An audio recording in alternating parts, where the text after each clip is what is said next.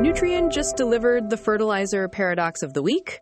Record potash volumes, over $1 billion of adjusted EBITDA, and the stock still got absolutely smacked. Yeah, fertilizer earnings with a trapdoor. Very on brand for markets, unfortunately. This is Earnings Unscripted, looking at Nutrien, ticker NTR, first quarter 2026. And for posterity, it's May 7th, 2026. Big picture, Nutrien sells the crop nutrients and farm inputs that sit between global commodity chaos and, actual food. And the surface numbers were not awful. Sales were $6.04 billion, up from $5.34 billion last quarter. Gross margin was $1.65 billion, up from roughly a $1.32 billion comparable estimate. But adjusted EBITDA slipped to $1.11 billion from $1.28. So better sales, not better overall earnings power. EPS is where it looks ugly, 27 cents, down from 118 last quarter. And I don't have a clean consensus expectations set in the packet, so we're not doing fake precision theater today. Bless you for that. The market reaction was very real, though. Separate from the strong quarter-long rally in the shares, the actual earnings reaction was brutal, down about 11% to around 68.68 in the May 7th pre-market and early trading. Tiny legal seed tag, this is not financial advice, just personal opinions, because apparently even Fertilizer Chat needs a helmet. The issue is quality. Potash was genuinely strong. Record Q1 sales volume of 3.51 million tons, with potash adjusted EBITDA at $578 million. But retail is seasonally slow in Q1, cash flow went deeply negative from spring inventory builds, and short-term debt jumped hard to fund the planting season sprint. That's the human part, right? The balance sheet is groaning because fertilizer has to be sitting near farms before the weather window opens. Corn does not care about treasury timing. Exactly. Farmers don't want a liquidity memo when the field is ready. They want product. So Nutrien borrows, stocks the channel, and hopes spring turns inventory back into cash. And nitrogen, weirdly, was the calm adult in the room? North American nitrogen, yes. They ran ammonia at a 92% operating rate, and with the Strait of Hormuz disruption touching over 30% of global urea trade, low-cost North American supply suddenly matters a lot more. But then there are the for sale signs. Right. Active sales processes for phosphate, the Brazilian soybean seed business, and Trinidad nitrogen. Phosphate margins are getting crushed by input costs, and Trinidad sounds like a geopolitical headache with gas supply and port fee problems. That's not portfolio optimization poetry. That's, please remove this from my life. I was going to say miners with joysticks. No, let me say that better. The potash story is also operationally fascinating. Nearly half of tons mined through automation, keeping people away from the ore face. That's not just finance. That's a real industrial shift. Which is why this quarter is interesting. Nutrien had operational strength hiding under accounting bruises and portfolio surgery. Investors hated the bruises. I want to know whether the surgery actually improves the patient. All right. Let's get into the details because this feels like one company living through 3 fertilizer cycles at once. That's the right frame because the deep issue is not, did farmers buy fertilizer? They did. It's which parts of Nutrien deserve capital when the cash cycle is this aggressive. So not demand first. Capital discipline first. Exactly. Retail in Q1 is basically a giant preseason loading exercise. Nutrien is stocking the channel before the weather window opens, and that means cash leaves before cash comes back. The operating cash outflow was big, and short-term debt jumped from under $1 billion to nearly $2.8 billion. The balance sheet is fronting spring planting, like a massive tab opened before anyone has harvested anything. More or less, and that can be normal. The problem is, if your good business already needs seasonal borrowing, your weaker businesses cannot also be asking for patience, capital, and forgiveness. Which takes us straight to phosphate. Yes, phosphate is the one where management stopped doing the usual corporate yoga. Ken Seitz said, quote, We know that in this, and given the current environment, something has to change. It's an unsustainable environment for the phosphate business. That is unusually blunt. I mean, CEOs do not usually walk onto earnings calls and say, this thing is not working, unless the room already knows. Right. And I actually respect the bluntness.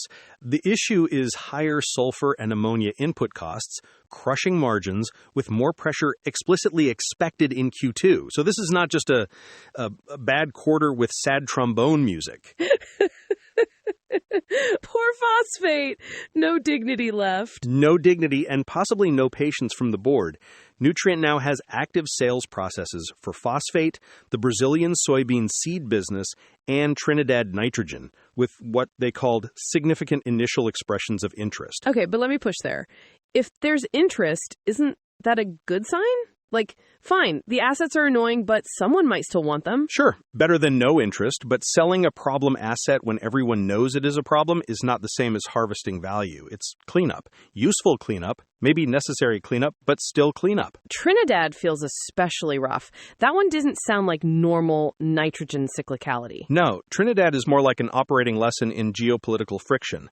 From the call, they had restricted local gas inputs, port fee disputes, and difficulty actually shipping product. So they initiated a controlled shutdown. That is not a plant having a bad month.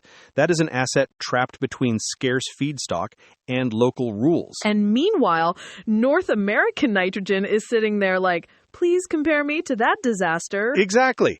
Seitz had another very clean line. Our reduced natural gas cost reflects having 100% of our production from low-cost North American nitrogen plants. That sentence is basically the strategy. Keep what has cheap, controllable inputs. Exit what relies on politics, port access, and hope. So this isn't just selling weak businesses. It's narrowing the company around places where Nutrien actually has structural power. Yes.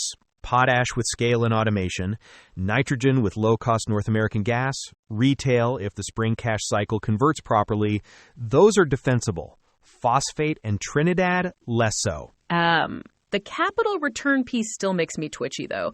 They returned $409 million to shareholders, while operating cash flow was negative. I get seasonality, but that is a confident little dance.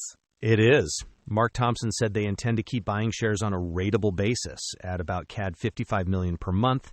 So far in Q2, the message is do not panic about Q1 cash burn. We have liquidity, and this is how the season works. But somebody is financing the dance. Correct. They have liquidity tools, including extending the accounts receivable purchase facility maturity to 2028. Still, short-term funding is real. My concern is not that Q1 cash flow is negative. My concern is tolerance for dead weight when the core model already has big seasonal swings.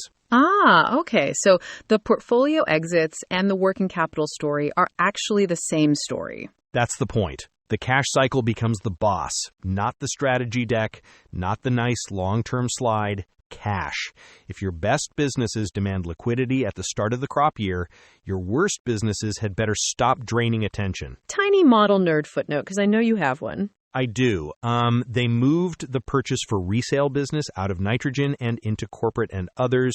So if you're comparing nitrogen trends year over year, be careful. The drawer labels changed. Analysts asleep at the model, beware. Exactly. But operationally, North American nitrogen still looked solid, especially with Trinidad and New Madrid shut down. That's the key distinction. Accounting caution, not thesis collapse. And potash is still the elegant machine here. Nearly half the tons mined through automation, cash costs under $60 per ton.